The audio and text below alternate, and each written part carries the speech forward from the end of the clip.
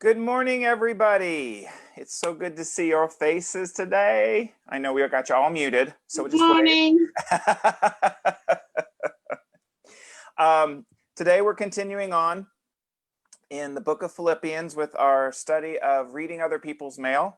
And this is Paul's letter to the church in Philippi. And today's passage this is actually the second to the last week. Next week will be I think the end of it. But anyway, today's three verses. I have three verses from the book of Philippians as our starting point for the discussion. And it's about success.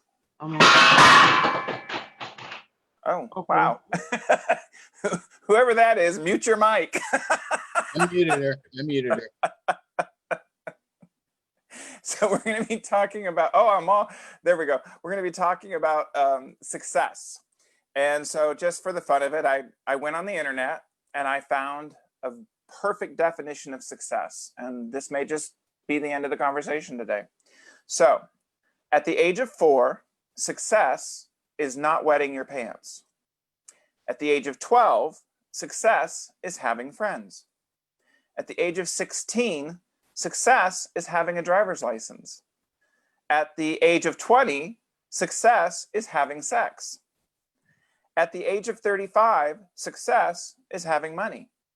At the age of 50, success is having money. At the age of 60, success is having sex. At the age of 70, success is having a driver's license. At the age of 75, success is having friends. Scotty would know about that. And at the age of 80, success is not wetting your pants.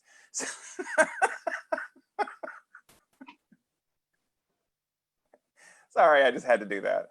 So thankfully, I'm not quite to 80 yet. Also in the dictionary, okay, in a serious side, in the dictionary, the success is defined as a favorable or prosperous termination of attempts or endeavors. The favorable or prosperous termination of attempts or endeavors. Although you know I'm a self-help junkie and I love attending seminars and motivational speeches. I love TED Talks. I would believe that most motivational speakers would say that success is not a destination, but it's a journey. So which is it? In these three verses, I believe what I'm seeing is Paul believes it's both. Paul believes that it is a race toward a goal with a victorious striving. So let me just read these verses real quickly. Philippians chapter 3, verses 13 through 16. Brothers, I do not consider that I have made it my own, but one thing I do, forgetting what lies behind and straining forward to what lies ahead, I press on toward the goal for the prize of the upward call of God. Let those of us who are mature think this way, and if in anything you think otherwise, God will reveal that also to you. Only let us hold true to what we have attained. So the first piece of that I wanted to open up our conversation with is he starts out with, I do not consider that I have made it my own. And I label this point in the discussion, facing my faults. I once heard a speaker say, if you think you've arrived, you may not be at the right destination. It's this idea of continuing education and realizing that you don't know it all.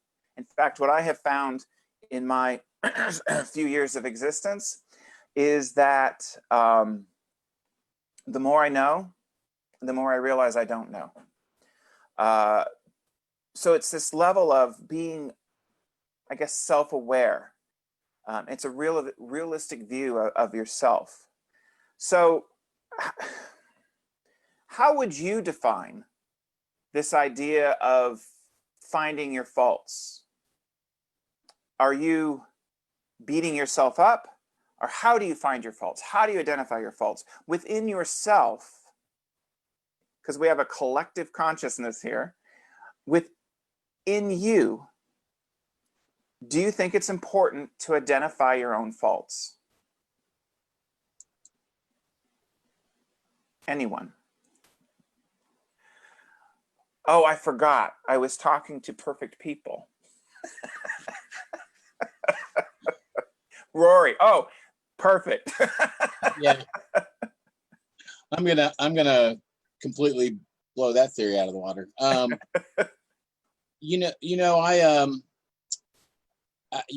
think sometimes I see my faults more when I try to view things I do through someone else's eyes instead of through mine, because it's easy to, make excuses for things that we do that would be considered a fault. And, I think that sometimes I need to take a step back and look at it through somebody else's eyes. I also know, when I make, a mistake, fault, I don't know, judging other people, or even just being vocally negative about somebody else. And I know I told that story about my sister, who really means well, and she had her opinions of working for a corporation instead of working on your own. And me and my little sister both had our own businesses, and she really tried to convince us that we needed to work for corporate America and have insurance and know what our salary was going to be and all of that. And she meant really well about it.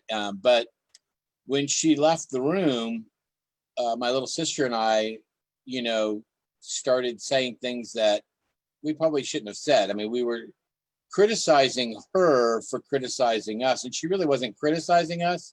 She was giving us advice that she felt was important. And we said some horrible things about how she's sticking her nose in where it doesn't belong and yada, yada, yada. And then we heard somebody crying, and she had walked back up and was right outside the open window and heard everything. And I felt so bad for so long after that. I mean, I had trouble sleeping, and so now when I go to talk about somebody else, and I don't do this all the time, and I really need to start doing it again, I try to visualize them right outside the window or right outside the door or in the corner of the room. And, I would have said, I know she means well and blah, blah, blah, and I appreciate her being concerned about us. And yeah. And if I had said all of that, it wouldn't have hurt her feelings as bad as it did. And so I think my biggest fault that I recognize is when I speak negative about somebody else, when they're not actually in the room or being able to hear it. And I think we could still express our opinions and things, but we just would do it differently and more with love than being just vicious and mean. And I would say that's probably one of my biggest faults, is that I don't always take the other person into consideration.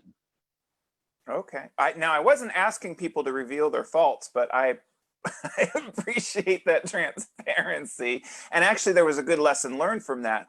I believe personally that even if the person isn't listening, that there's at some level they're hearing. So yeah, I agree with Rory completely on that. So now disagree with me if you want to, Rory, but it sounds to me like in that particular incident, you were being harder on your sister than on yourself. And I think that's true. For a lot of times, we're harder on other people with our expectations and the things that they should be doing, the way they should be treating me, the way, we have these ideas of how people should behave, and it's based on how I think I behave. And yet, many times, I may not be behaving up to the expectations that I'm laying on others. I think that was part of, in the Gospels, Jesus was really hard on the Pharisees because they were placing all these restrictions and rules on the people of Israel at that time that they weren't living up to themselves. Then there's times when we're harder on ourselves than we are on other people, and we're ready to excuse someone else's behavior for whatever reason, and yet we'll beat ourselves up for the same thing. And I think we do both all the time. Would you agree or no? I mean, and why? Why do you think that is, that we're so back and forth with who we're being hard on, who we're expecting more of? Sometimes we expect more from ourselves, sometimes we expect more from others. Scotty, do you have some wisdom for me, please? You know, what I was thinking about, Jeff, is that I know when I look at my faults, I have to stop and think about the faults that I put on other people, because they're really my faults, because we are one. And so if I accuse someone of something, then that means I should be accusing myself first before I accuse the other person, because we're all one. So whatever you accuse of someone else, you're really accusing yourself. And that's so many times I have said to myself, I'll stop myself and say, am I guilty of the same thing that I'm accusing that person of? Many times the things that annoy us about other people are actually things that we don't like about ourselves, many times. So, and I'm not, like I said, I'm not asking everyone here to point out your own faults. It's that the idea is really more about, how do we develop a realistic, balanced self-awareness? Because many times, back to what I was saying, it's so volatile in that sometimes we're aggressive towards others, sometimes we're aggressive towards ourselves. Where do we find that balanced self-awareness? I mean, is there a difference between being self-aware and self-absorbed?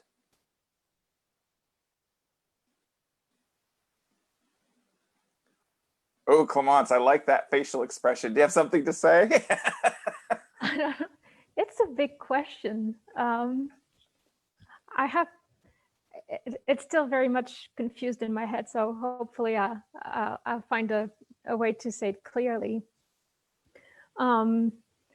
First off, I think everybody has a very different approach or a thought about what is a fault for ourselves. When somebody wronged me or when I wrong somebody else, sometimes I don't realize it years later. I realize it years later, I mean, that I was like, oh my God, in that situation, if I knew at the time what I know now, I would have said something differently. I would have acted differently. So it's a very difficult question, because we all have very subjective opinion, I think, or views of what is a fault. And self-awareness of self-absorbed, it's a very thin line. And I see it very well in the spiritual world, of yogis, and where life is beautiful and love is love. And it's not enough to just say, to be on a cloud and say, we all one and we all loved. And if you don't put the acts behind it, and if you don't have your 2 feet really on the ground, listening to what's around you, it's not enough to be only love. I don't know if that makes sense at all about the topic of today, but I think it's a very confusing question, the question of today. Not confusing, but it asks a lot of self-introspection to figure out for ourselves what it means to be in that balance. So a lot, again, connection and truth with ourselves. I don't know what else to say. No, that's absolutely perfect. That's absolutely perfect. Think about this for a second. If I place an expectation on you, and I expect you to act a certain way or respond a certain way, because it's based on what I believe is the way you should be behaving, is that not condescending? Because that makes me better than you.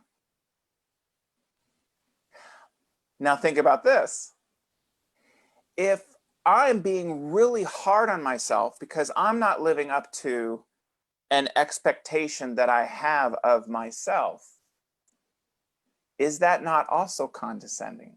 Because in both cases, I have made myself the center of what's right and wrong. Clemence. But in one situation, you're like a dictator to someone else. In the other situation, you have the power to change that situation. So, yeah. Okay. Just change yourself if you really want to be somebody else. It's hard. I'm not saying it's easy, but at least you have the power to change yourself. That is very true. That is a listen big to- difference in that example. You're absolutely right. Anyone else? So now, because I'm challenging our belief that we are the center of what's right and wrong. But what other source do we have to determine what's right or wrong? If it's not within me, where is it? I'm asking all these questions. Come on. I don't know, maybe because I'm feeling inspired or reading a lot, but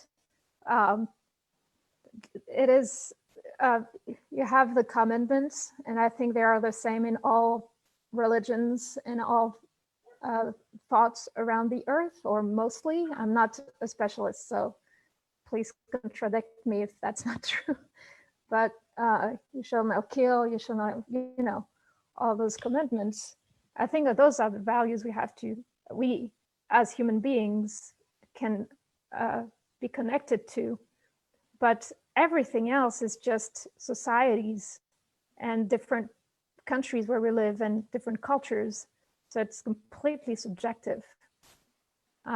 If we can find the way to be one consciousness and all understand that we're all one on the molecular level, this changes things, but it asks a lot of elevation from everybody.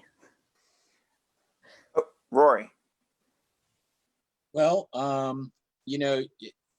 think there's a lot of things that you have to find within yourself as far as faults, and then there's things that you can find outside yourself, and like things like, not eating healthy, or substance abuse, or just plain meanness or selfishness. All that is what you have to find within yourself to make changes. But I think, like I said earlier, you can also find it through other people. Love God with every ounce of who you are, and love each other like you love yourself.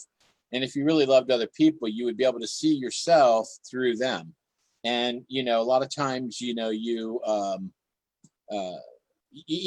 the things I talked about before that you have to finally admit, take ownership of.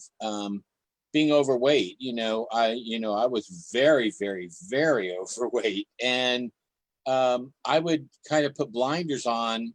It would hurt me that other people would make comments and things, but I didn't view that also, or not even necessarily comments, just glares or stares, or getting on an airplane and walking down the aisle and watching everybody hyperventilate because they thought I was going to have to squeeze in next to them, just things like that. And while it hurt me, I was only viewing that as it was an attack on me, instead of me looking at that also as a sign that from their perspective, I might needed to change. And same thing with like hurting somebody's feelings and all that.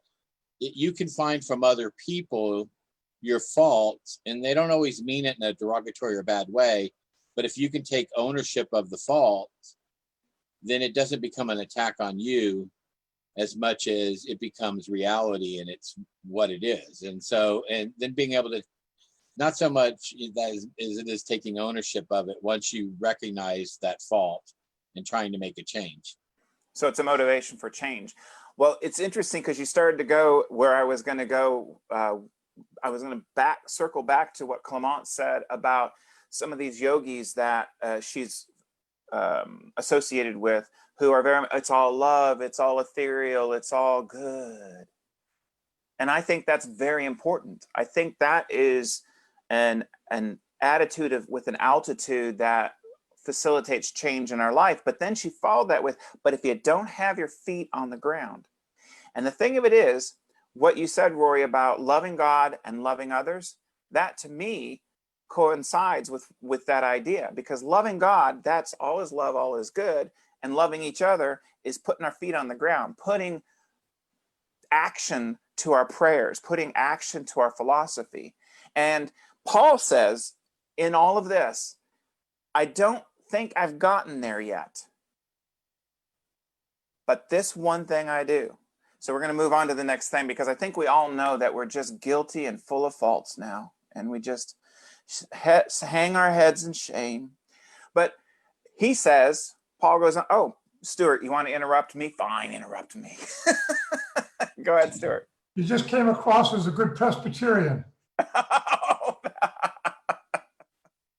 Thanks. Thank you, Stuart. So, so the idea of loving God and loving each other is a goal. We're not there yet. We've got a long ways to go, and we can identify the things in ourselves and in others, because many times when we identify those faults in others, we're actually identifying those faults within ourselves. And so we can grow towards this goal of loving God with every ounce of who we are, loving each other. And then Paul says, once you've become self-aware, forget about it. Just forget it. He says, but this one thing I do, I don't count that I've attained. I know that I'm not there yet, but I'm going to forget the things that are in the past, forgetting what lies behind. To me, that involves forgiveness.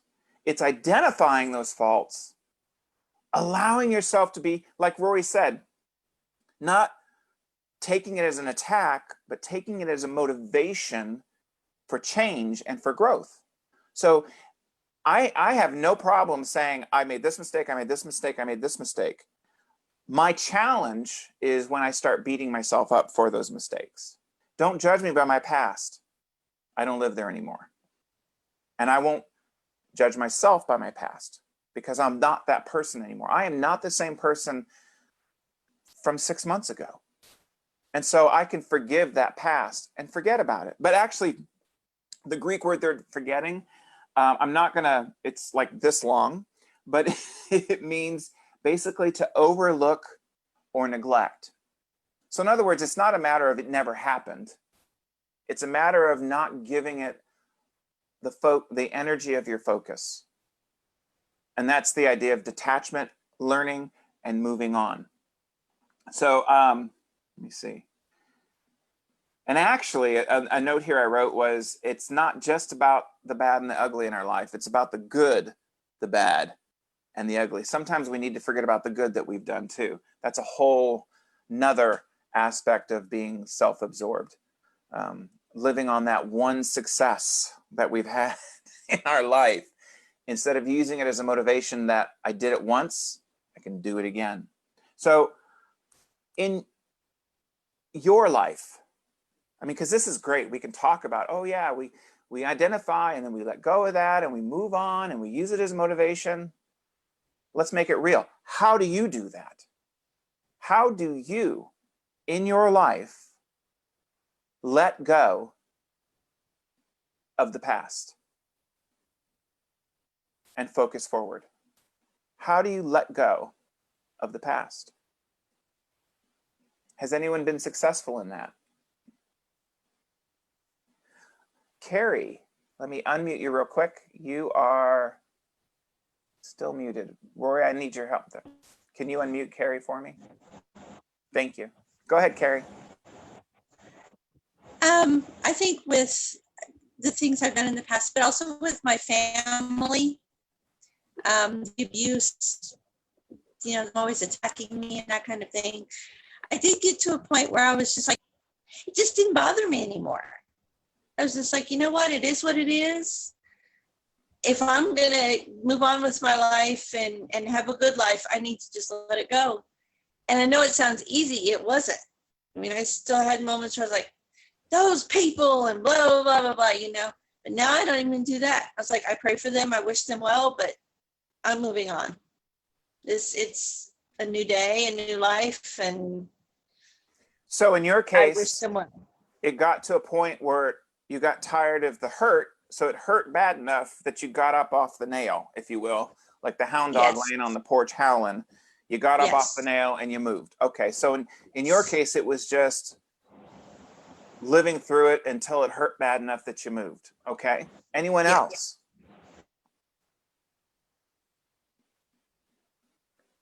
No one else is.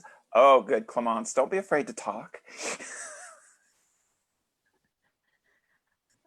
No, but I'm speaking a lot, so I really like this idea of detachment. Indeed, I'm just really just starting to learn about it. But I really like what you said about this, the detachment of the good, the detachment of success as well. And I never thought about this before, because until you said that, I realized, oh yeah, I had successes in my life and I had them, and then I got scared or whatever, life happened, and I thought I will never be able to be that successful again. So I'm gonna do something else now. So to be as detached as well to the success or to the good as to the bad, I think it's the letting go that Carrie is talking about. I think it's the way to detach ourselves from the feelings of the past, because the memories will always be there, and they're important for us not to repeat the history, but the feelings are what we have to let go, I think. So many times when we rethink or rehash things in our mind, I see that. We relive the emotional state that we were in. And we don't have to do that. Rory, go ahead. Well, there's that old saying, well, this is going to be a new chapter in my life. But I think, and I just kind of had a aha sitting here listening to everybody talking, and I think I'm going to go refer now to it being a new book in my library. Now, I've read that other book, but it's not part of the book I'm in now. So I'm going to just, instead of saying it's a new chapter in my life, I'm going to say this is a new book in my library of life. Okay. Kind of like me when I start a new journal every year and I get like halfway into the year and then stop. That's actually a good idea of detachment, saying, you know what, I'm not in that story anymore. This is the story that I'm in. I know for me, I will tell you the way that I went, like going from Carrie's example, there was one point in my life, and I've told this story before, I won't rehash it, but there was one point in my life where I stayed in an uncomfortable situation until it hurt so bad that I emotionally could not take it anymore, and I left. And I thought, I never want to go through that again. How do I not repeat living in pain until I can't handle it anymore? Although sometimes there's a lesson to be learned from that. I'll be right there, Rory. Something that I practice now, and I'm still working on it, I do not count that I have attained this, but this one thing I do, I continue to work on it, and that is I look at that person's life. So for instance, there was this, actually there is this one woman in my life that is very critical, actually lies about the character of who I am. And I know this because people come and tell me, do you know what she said? And I'm like, and at first I would be so angry and so hurt because it was an attack on my character. And then I stopped and I took an assessment of her life. I took an assessment of the way I perceived her, the way I thought she might be perceived. Of course, this is all perception. There was nothing about her life that I would want in my life. Very successful person, but I wouldn't want to be successful the way they've been successful. Very active in the community, but I wouldn't want to be active the way they're active in the community. And so I think, yeah, what they think doesn't matter to me because I don't want their life. Now, I do, and you all know I adore Scotty. Okay. She's just one of those people. I feel like, well, she believes in past lives, and we've been together for thousands of years, right, Scotty? But the thing of it is, when I met Scotty, we immediately connected. You know how sometimes you make those friends? If Scotty said something to me that was maybe initially perceived as an attack on my character, but more out of love, as a, hey, maybe you took a look at this in yourself. I like Scotty's life. There's much about Scotty's life that I would like as part of my life. The character of who she is, the way she's perceived, the wisdom that she exudes, if you will. And so I would take that advice to heart. And that to me has been a huge lesson on detachment when it comes from external sources. I look at their life and I decide if I like their life or not. Rory, I know you wanted to say something and I went on quite a ways. That's okay. Actually, I just wanted to make some clarification on the library scenario. And, you know, sometimes we read books and they're disturbing, or they were just not a very good read, and they go back on the shelf. And, but sometimes you read a book that is, just amazing, and you want to reread it again. And so I think in our life too, that, sometimes you pull that book off the shelf and you go, oh, this was not a very good book. Don't even open it, just put it back on the shelf. But then there's times where we may want to go back, like Clemence was saying, your past can also be a good thing. And so you reread a book, although, you also are going to read some new ones as well. But sometimes it's nice to just sit back and pull a book that you really loved off the shelf and reread it, even for the third or fourth time. So, I'm just, like I said, if, I'm in a new book, and if it turns out it's not that great of a book, I don't even have to finish it. I can close it, put it on the shelf, and grab a new one. And so never to open it again. That was all. I had an aha, but I saw Scotty wave her hand. So I will go to Scotty and then I'll share my aha. The thing that I was thinking about, I loved what you said, Carrie, about at some point, you were able to just let something go. And my aha moment was thinking, as I get older, probably the thing that's changed the most for me is I recognize a nail much sooner than I used to. I used to sit on the nail for thousands of weeks and months and years and all that stuff. And now it's like, oh my God, I'm sitting on a nail. Let me get the hell off of this.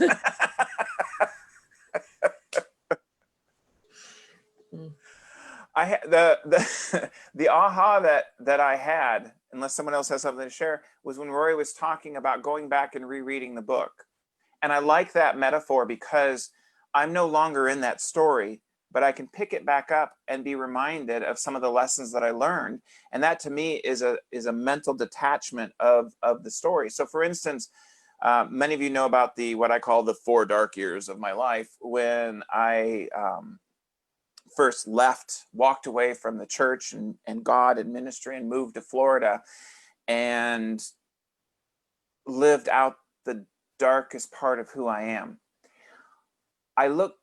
I used to look back on those 4 years with a lot of guilt because I did things that I would never even consider doing. And I look back and I go, who was that person? Well, it was me, but I'm not there anymore. And so now I can look back at those with a level of detachment. And it took some time, some separation to say, yeah, I don't live there anymore. I don't have to feel the guilt. I don't have to feel the anger. I don't have to feel any of those things, but I can still learn and glean from those things. And I have now in many counseling situations. I think those 4 years have made me into a more compassionate, understanding person. So would I want to relive them? No. Would I want to change that? No. Because it's who I am. It's who I was. And it's part of who I've become. But this one thing I do, I don't give it the focus of my energy. I just glean from the lessons and bring those forward and leave the emotional energy in the past. So I kind of went on to the next part because he says, forgetting what's behind, this one thing I do, forgetting what's behind,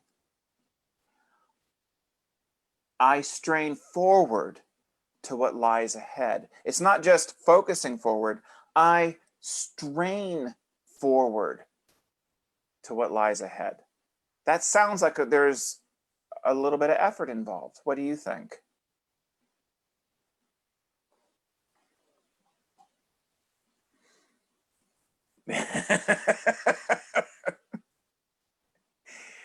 Now we're back. Now we're to the part. It's really easy to talk about the loving God. Oh, everything's love, everything's good, and it's really hard when the rubber meets the road to strain forward and to make it real in our lives. So here's my real question. What is something that you did this week, and you might have to think about this. What is something that you did this week that was an expression of God's love in someone else's life? Because it's okay to rehash the good. What's something that you did this week that was an expression of good into someone else's life? Expression of love into someone else's life?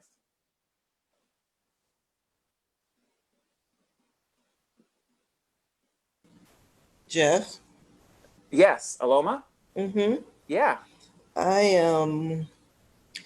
This week I promised to take a young woman who does not have a car.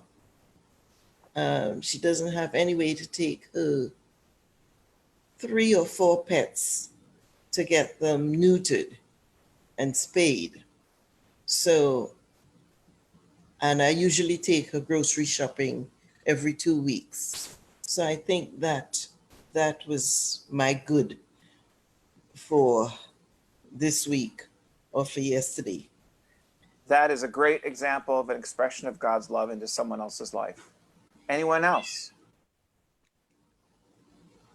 Oh, Scotty. I have to figure out where the hell my hand is. I can't figure it out.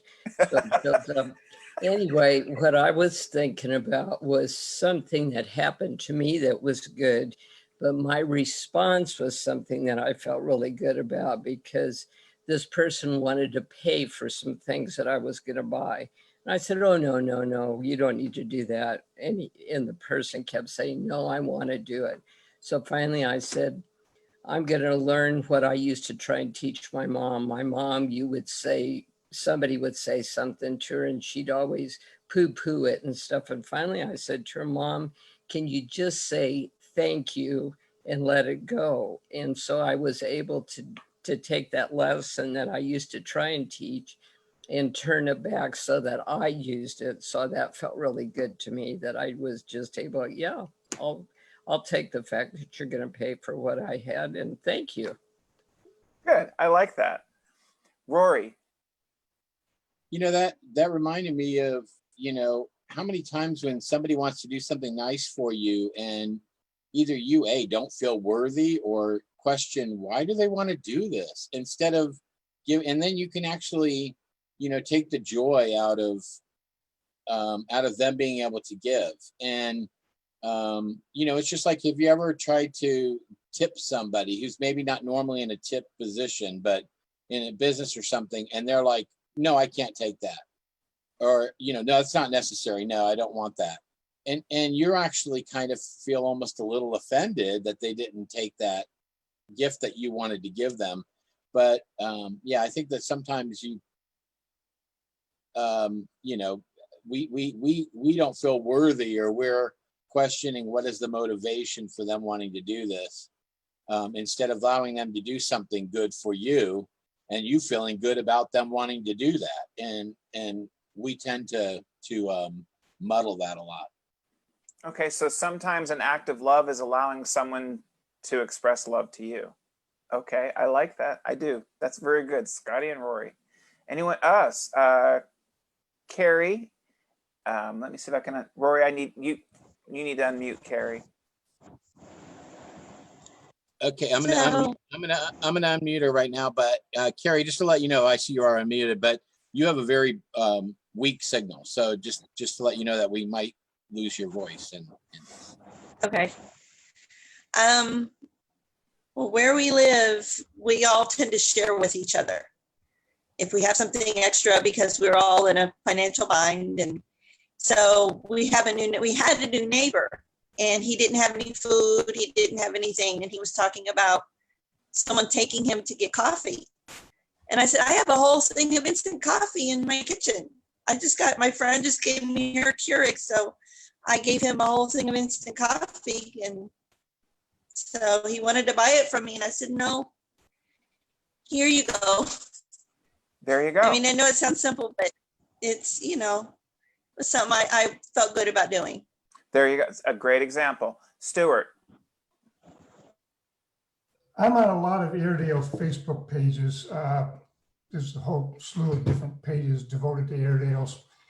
Very often people will post on there when their dogs are sick or when their dogs are in pain or hurting, asking for prayer, asking for thoughts. Lately, a gentleman came on, single fellow, older dog. Dog was going through a lot of difficulties, and it was clear the gentleman wasn't real well off. But typically, I'll respond to something like that because having lost a lot of dogs myself in my life, and having an older dog, well, Watson's 7, but at some point he's going to get older. And knowing what it's like to have a dog that's hurting and not being able to take care of them, or not even knowing sometimes whether they are hurting, just suspecting that they are. I spent a lot of time this last week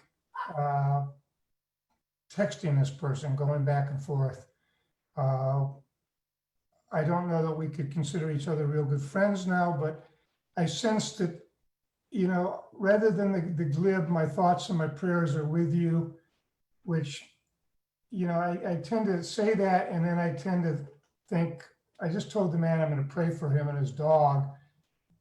Let me do it, because so often people say my thoughts and my prayers are with you, and it's just like saying goodbye or how are you or whatever, and there is no prayer attached. But this man's still on. He lost his dog on the 2nd or 3rd, I think, and he's still hurting. I mean, it was clear that this was his companion. This is his partner. And I think sometimes even on Facebook, where there's somebody we don't know, or there's somebody that we're not, when something touches us or resonates with us, rather than just letting it pass by and just be glib about it, maybe really reach out to the person. I've got cousins that post things sometimes that let me know, second cousins, that I don't really know because they are second cousins and I've only met them once or twice, but they'll post things that tell me that they're maybe having problems with depression. And, it's easy just to let it go by, but sometimes it feels necessary to reach out and say, give me a call, or I'm thinking about you, or I've been there, a little bit more. You're muted, Jeff. There's ways of being there for people. I did that because my dogs were barking. There are ways of being there for people in this era of social distancing. Even so, Facebook, phone calls, Zoom calls, there's ways to be there. So that's good. Reaching out actually and really being present. Even if you're not physically present, I still think it's possible to be present. So I've got Sarah and then Shirley, because I saw Shirley raise her hand. So Sarah, can you? Yes. I can hear you. Great. Can you hear me? Yeah. Okay. Mine is an everyday thing. Whether we're quarantined or not, I'm here with Mom. And the days get hard because as she gets older, she's acting more and more like her mother and not even trying to stop it. And I want to run away. I mean, I want to totally run away and leave and go to South Georgia and be with my family. But I don't, because I'm the only thing keeping her from a nursing home. And because my brothers and sisters will just throw her there because they don't want to bother. They can't handle it. And I have not run away. I stay right here. I come to my room. I shut myself in here. But I'm still here. And that's all I can do right now. I can't do much for anybody else because it takes all my energy. But I continue. And I've gotten to where there was a time where I couldn't deal. That I just couldn't deal. And now I don't know if I've gotten thicker skin or exactly what, but I've gotten to where I can deal. And I guess it's that I know and I see, I see what Mother complained about her mother more and more every day. Yeah. And I know that. And she's 91 years old and she can't change it now. I mean, it's hard to change, especially when you start. We're beginning to wonder if there's a little dementia. Some days she's totally confused and she calls me mother. But most of the time she's herself. So, but that's what I do, is I'm with Mom. Taking care of family is very, very real and valid expression of love. Shirley.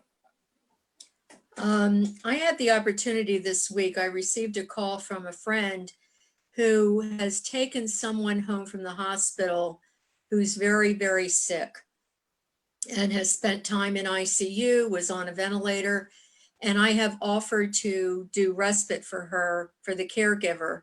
I've always said that caregiving is one of the hardest jobs you'll ever do. And so I've offered that because she doesn't feel comfortable with just anybody coming in because this person is so sick. So I've offered to do that. That's awesome. That is awesome. Anyone else? I did something this week that I used to take for granted. And I've realized that sometimes we do things that we don't even realize when we're expressing love. Because now, because both Rory and I are in that at-risk category. If we were to contract COVID, I know that things are starting to settle down a little bit and people are opening up. I'm still a little bit more cautious, maybe too cautious. I'd rather be safe than sorry. So I'm wearing a mask everywhere I go. I'm social distancing. Yesterday, I hugged someone. And I was very nervous about it. Kept my mask on and held my breath. But they needed a hug. And I walked away from that. Believe it or not, that hug probably meant as much to me as it did to them. Because I stepped outside my comfort zone. And whenever I became uncomfortable hugging people, I don't know. Because you know me, I believe in at least 4 to 7 hugs a day. But that was my act of love, one of my acts of love for this week. Now here's the next question, and you don't have to answer this, but in reviewing your week, what were some things that you did that were expressions of fear or the opposite of love? And you don't have to answer that. My concern, I don't know if that's the right word, I'm hoping that your acts of love outweigh your acts of fear. But I would challenge you to take on the words of Paul and not beat yourself up over it if your fear is more than your love. But just keep going. This one thing I do, forgetting what's behind, I strain forward. And sometimes that straining forward is a lot more work than we realize. And so I'm going to jump really to the last part of this. After focusing forward, only let us, on verse 16, he says, only let us hold fast to what we have already attained. Hold fast. And I take that as never, never, never give up. I fall down, I get up. I fall down, I get up. Oh, wait, that's that Chumbawamba song, isn't it? Sorry, no one even knows what that is. Anyway, but it's that idea of never, never, never giving up. The only time you fail is when you don't get up. It's like that, the Thomas Edison example where a reporter asked him, because I don't remember the number, so I'm going to make this number up, don't quote me. I think it was like 1,000 times that trying to invent the light bulb. And he finally invented the light bulb. And the reporter said, how did it feel to fail so many times in accomplishing this goal? And he said, I didn't fail.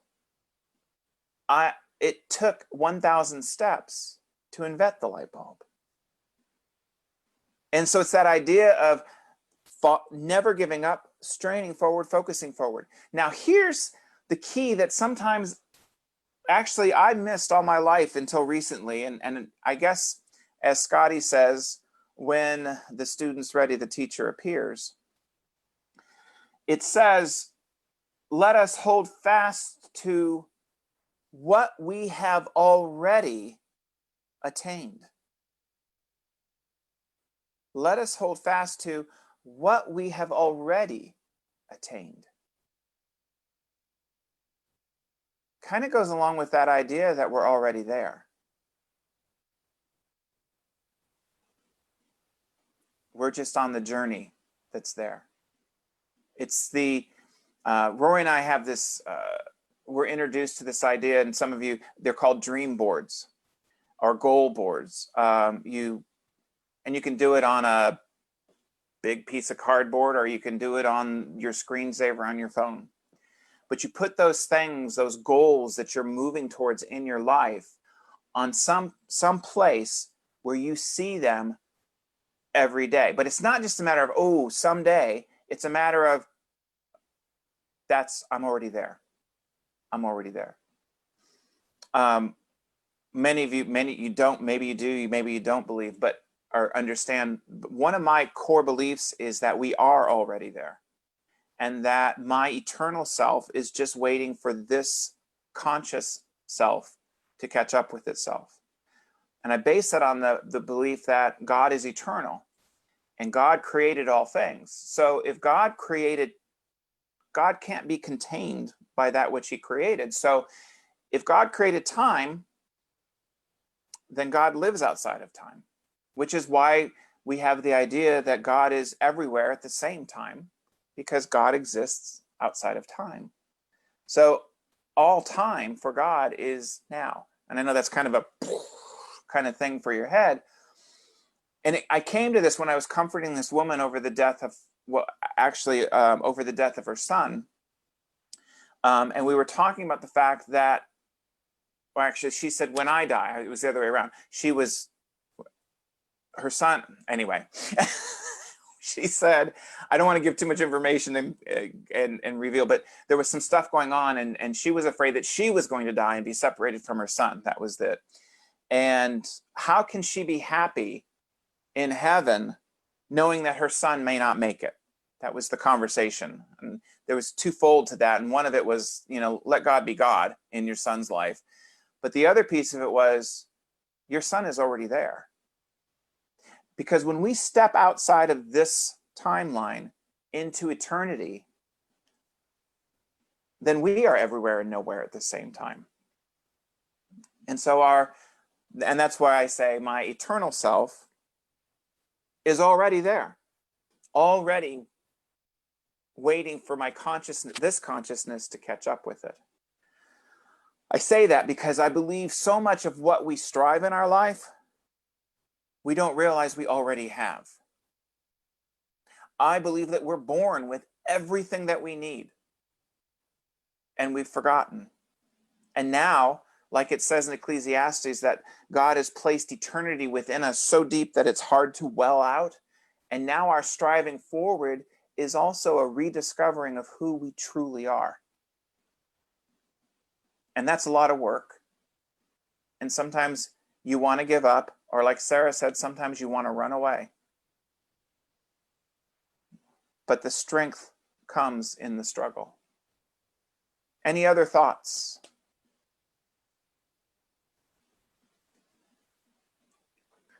Kind of got a little ethereal there at the end.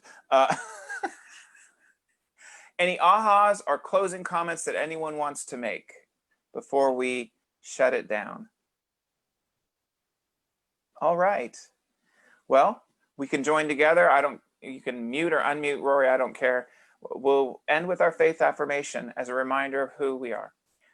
I am a child of God. I celebrate God's Holy Spirit in my life. I accept God's Spirit and power to inspire me, guide me, and motivate me to be a witness of the gospel, offering hope, showing faithfulness, sharing joy. Thanks be to God. Hallelujah. Amen. May the Lord watch between me and thee while we're absent one from the other. Love you all. Love you. Love you. You can stay on.